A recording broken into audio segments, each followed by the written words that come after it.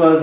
Donc, que nous proposez-vous aujourd'hui? Alors aujourd'hui, je voulais vous présenter une recette assez simple, une confiserie que tout le monde raffole, la guimauve. Donc ça sera une guimauve pas tout à fait en goût simple. On va rajouter dedans un parfum qui sera de la purée de passion naturelle. Alors quels sont les ingrédients? Alors, pour faire une guimauve, c'est pas compliqué.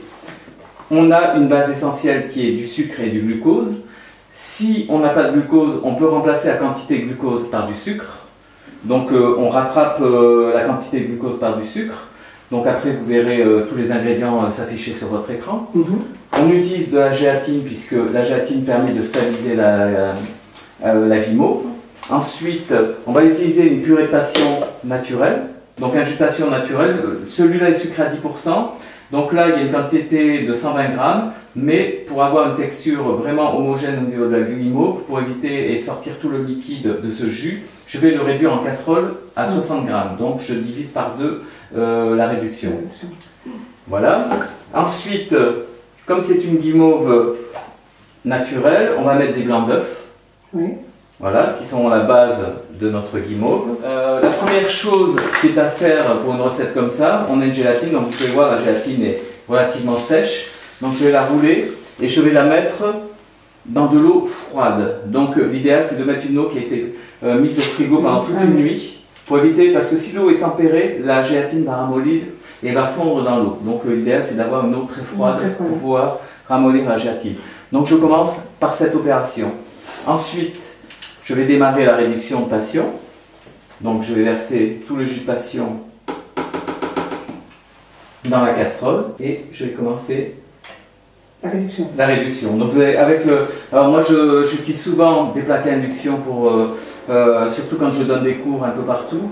Pourquoi? Parce que la plaque à induction a un effet extrêmement rapide. Donc là vous allez voir, la réduction va prendre 1 minute pour cette réalisation. Quand la réduction sera terminée, ma gélatine aura ramolli, donc je vais l'essorer et une fois que la gélatine sera essorée, je vais profiter de la chaleur de la purée de passion réduite pour faire fondre la gélatine dedans.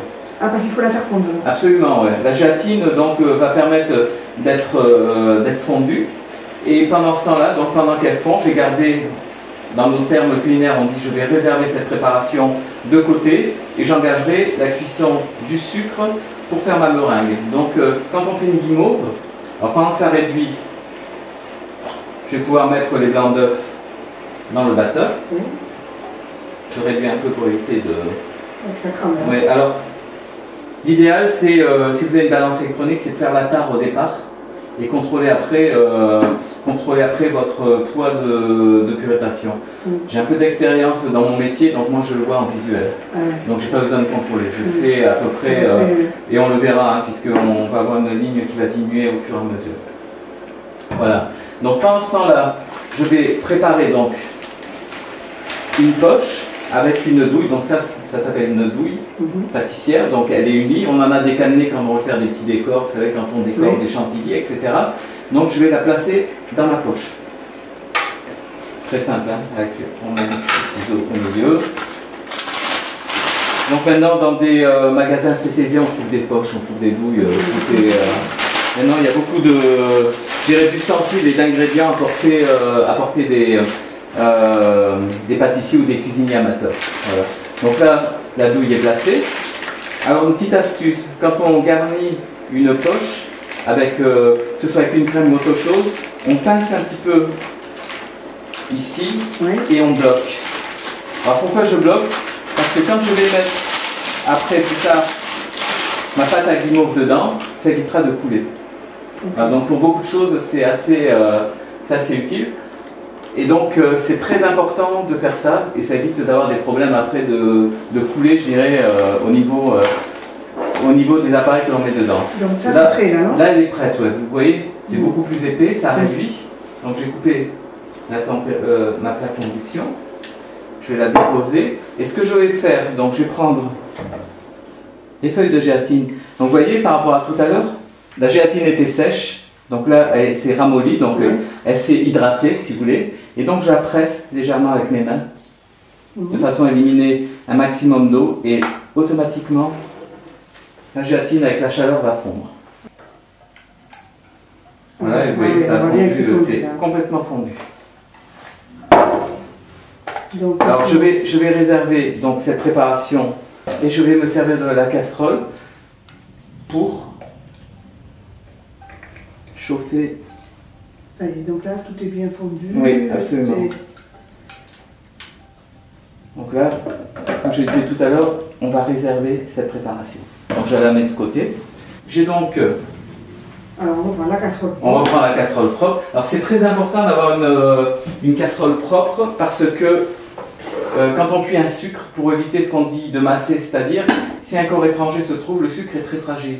Donc si on utilise une casserole sale, s'il y a un ingrédient autre que du sucre et de l'eau, il va masser, donc ça va faire comme le sucre va bloquer, et on aura une texture qui sera incontrôlable.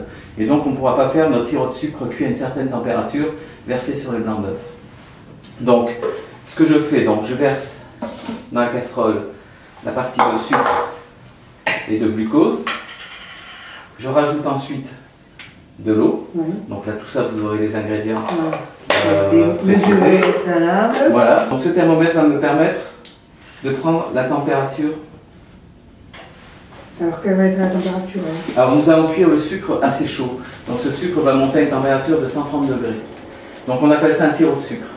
Quand on dit et donc cette appellation, puisqu'on fait un acte on appelle ça une meringue italienne. Donc la meringue italienne, on l'utilise beaucoup en pâtisserie pour faire des mousses, pour faire des meringues classiques que l'on va cuire au four. Donc cette meringue va monter à une température de 130 degrés. Aux alentours de 125 degrés, je vais commencer à mettre mes blancs à tourner. Donc les blancs d'œufs, pourquoi je les mets à tourner? C'est simplement je les casse, je ne les monte pas. Parce que si on met du sucre cuit dans des blancs montés, le sirop que je vais rajouter va se mettre à l'extérieur des blancs et pas combiné avec les blancs. Donc il ne faut jamais rajouter un sirop de sucre cuit sur des blancs qui sont déjà montés. Ça c'est très important. Il y a beaucoup de, que ce soit des amateurs ou même des professionnels, quand je donne des classes, il y a des professionnels qui agissent comme ça en mettant sur des blancs montés, c'est vraiment une grosse erreur. Puisque le sucre ne sera pas mélangé avec les blancs, mais il enrobera la meringue. Donc on aura un résultat qui sera beaucoup plus médiocre. Donc là vous voyez pareil, hein, la plaque d'induction monte très vite, j'arrive à 108 degrés. Oui. Donc d'ici 15 degrés, je vais commencer à mettre les blancs à tourner. Alors ça va faire un petit peu de bruit puisque malheureusement ils n'ont pas trouvé des machines qui tournaient en silencieux. Voilà, je suis à 126. Comme la quantité est minime au niveau des blancs, je lève un petit peu mon batteur priorité et je vais verser. Vous voyez, les blancs sont mousseux. Oui. Donc je vais verser le sucre tout doucement. En même temps. Alors toujours sur les rebords de la machine. Pourquoi? Parce que ça évite d'avoir du sucre qui vienne tapisser tout le rebord de la machine. Donc là, je vais accélérer. Donc je vais mettre en vitesse moyenne. Et donc ça va monter comme une meringue, exactement pareil. Quand je vais arriver à une température de 50 degrés, si vous touchez, allez-y toucher, faites attention. C'est très chaud. Donc on ne peut pas toucher le métal, si on touche on peut se brûler, on reste collé dessus. Donc quand j'aurai la possibilité de le toucher, c'est-à-dire aux alentours de 40-45 degrés, je vais rajouter dedans mon mélange gélatine purification réduite. À partir de là, on aura notre pâte à guimauve qui sera réalisée. Il faut attendre qu'elle soit froide pour pouvoir la travailler. Donc la meringue est formée. La température devient supportable, là je peux garder ma main contre le batteur. Donc ça veut dire que je peux verser mon mélange gélatine et purification. Donc je vais verser tout doucement sur le centre du batteur.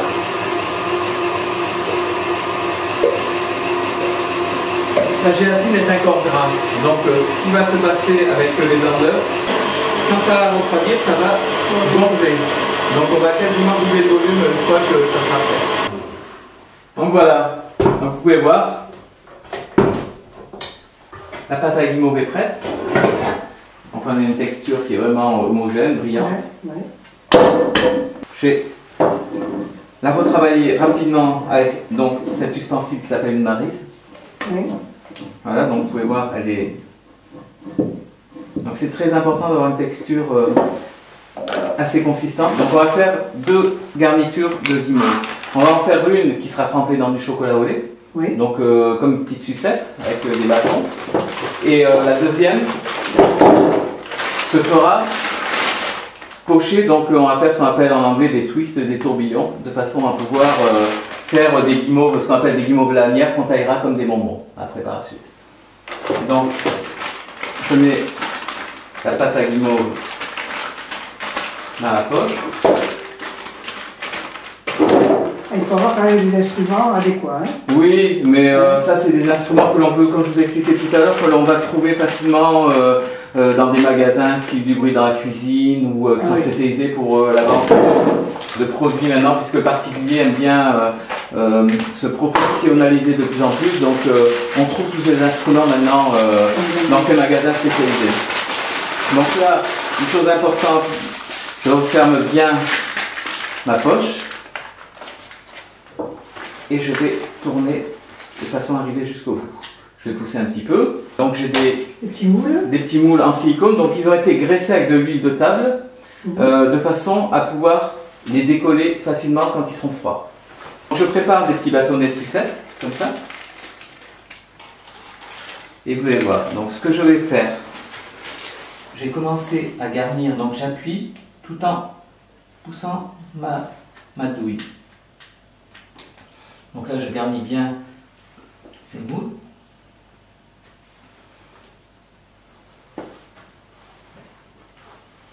Voilà. Ensuite, je vais rajouter ces petits bâtons. Donc, il y a un trou qui se retrouve là.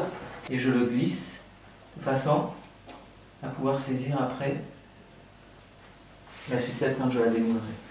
Donc, clac. Et je le mets en repos, donc il y a un petit appui de façon à garder le bâton bien droit. Donc ça c'est des petits moules à sucette sous la marque de Silicomart. Et Silicomart est un fabricant italien qui, lui, vend aux professionnels et aux particuliers ce genre de moules. Avec ces moules-là, on peut aussi s'en servir pour faire de la glace. On peut mouler de la glace, des choses comme ça. Et le principe sera le même. Exactement, ouais. Donc après, on aura... ou si vous voulez faire simplement un sirop un petit peu aromatisé, vous allez couler dedans, vous allez mettre votre bâton, ça vous fera des esquimaux glacés aux fruits. Donc après, voilà, exactement. Ouais. Donc après, ce que je fais, donc je prends avec cet instrument, j'aplatis un petit peu, de façon à avoir de la guimauve partout. Ce qui me permet d'avoir quelque chose de bien plat. Voilà. Et j'ai plus qu'à le mettre au réfrigérateur. Cette partie que je viens de faire servira à tremper dans du chocolat. Oui. Et celle-là, donc ça va être le bonbon guimauve, tel que vous le voyez, vous l'avez vu, les Américains appellent ça des marshmallows. Ah oui. Donc là, je vais reprendre toujours la même poche avec la même douille. Et ce que je vais faire, ce qu'on appelle des petits twists. Donc je vais prendre ma poche et je vais tourner comme ça.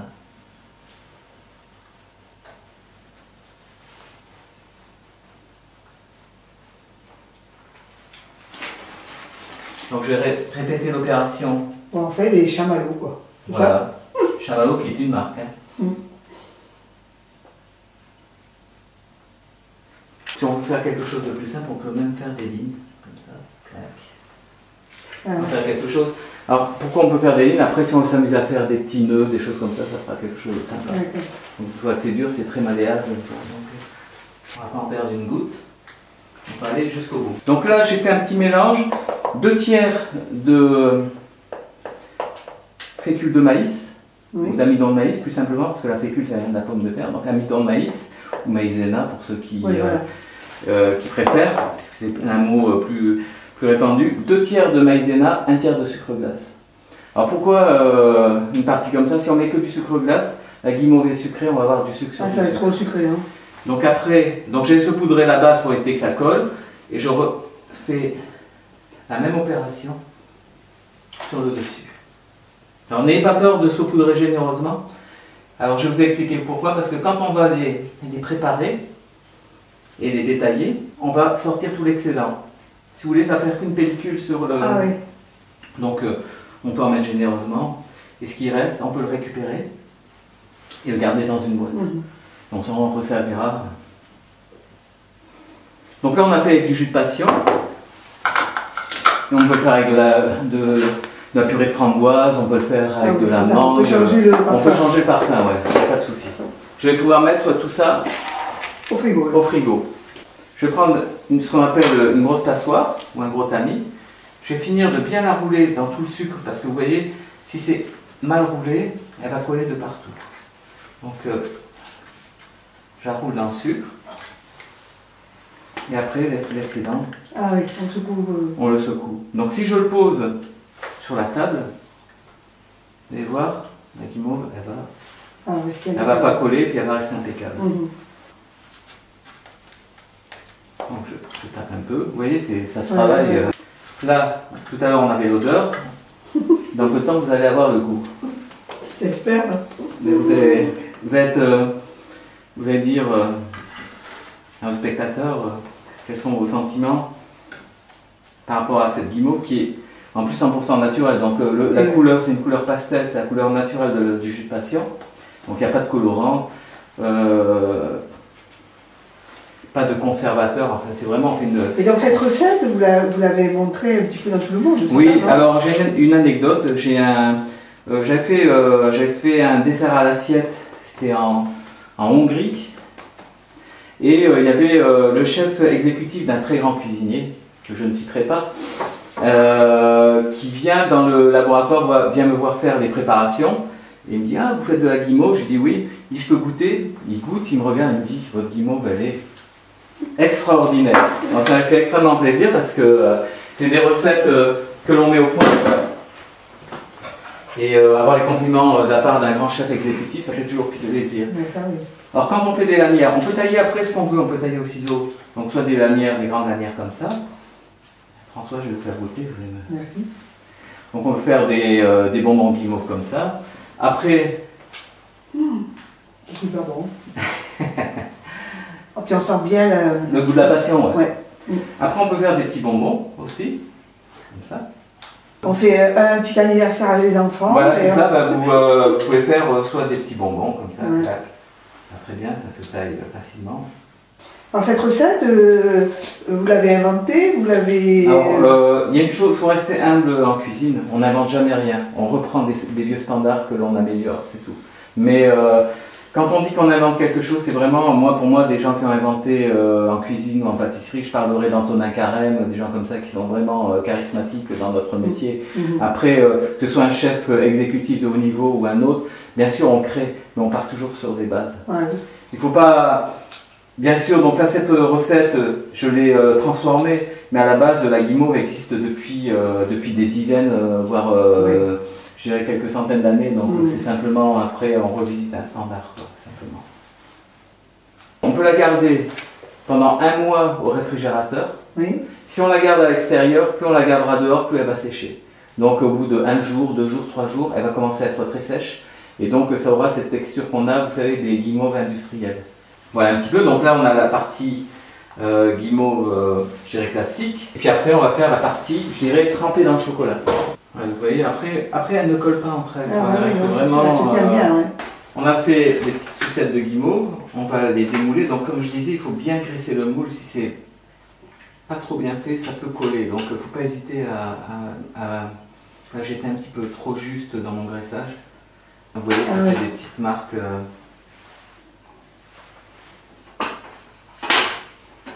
Donc là, je décolle bien. C'est pratique quand même, c'est moule en silicone, c'est extrêmement pratique. Voilà, après ce que l'on fait, on trempe dans le chocolat, comme ça. On les goûte bien, c'est très important.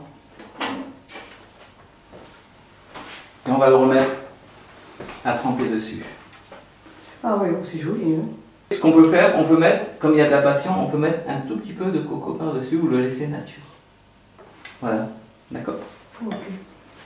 J'ai plus qu'à le décoller, vous voyez, donc ça fait une petite guimauve au chocolat. Donc les enfants ils adorent, puisque Mais les adultes aussi, hein. Les adultes aussi, évidemment, ouais. Mais vous allez pouvoir goûter avec la noix de coco et vous allez me dire ce que vous en pensez. Voilà. Est-ce que le mariage est... Ah, le mariage avec le chocolat, c'est super. Donc il vaut mieux prendre un chocolat au lait de qualité, donc ce qu'on appelle un chocolat pâtissier. Oui. Là, vous allez pouvoir trouver dans des magasins, même des grandes surfaces qui vendent maintenant des chocolats de bonne qualité. Donc un chocolat au lait assez riche en beurre de cacao, donc on parle 35-37% de cacao dedans. Et donc après, donc le fait de le tremper, vous voyez, ça vous fait un petit support, une petite sucette en chocolat. Voilà, donc la recette de guimauve est terminée. J'espère que ça aura été clair pour vous tous et on vous souhaite une bonne dégustation et je vous dis à la prochaine pour une autre présentation. Merci, merci beaucoup. Merci.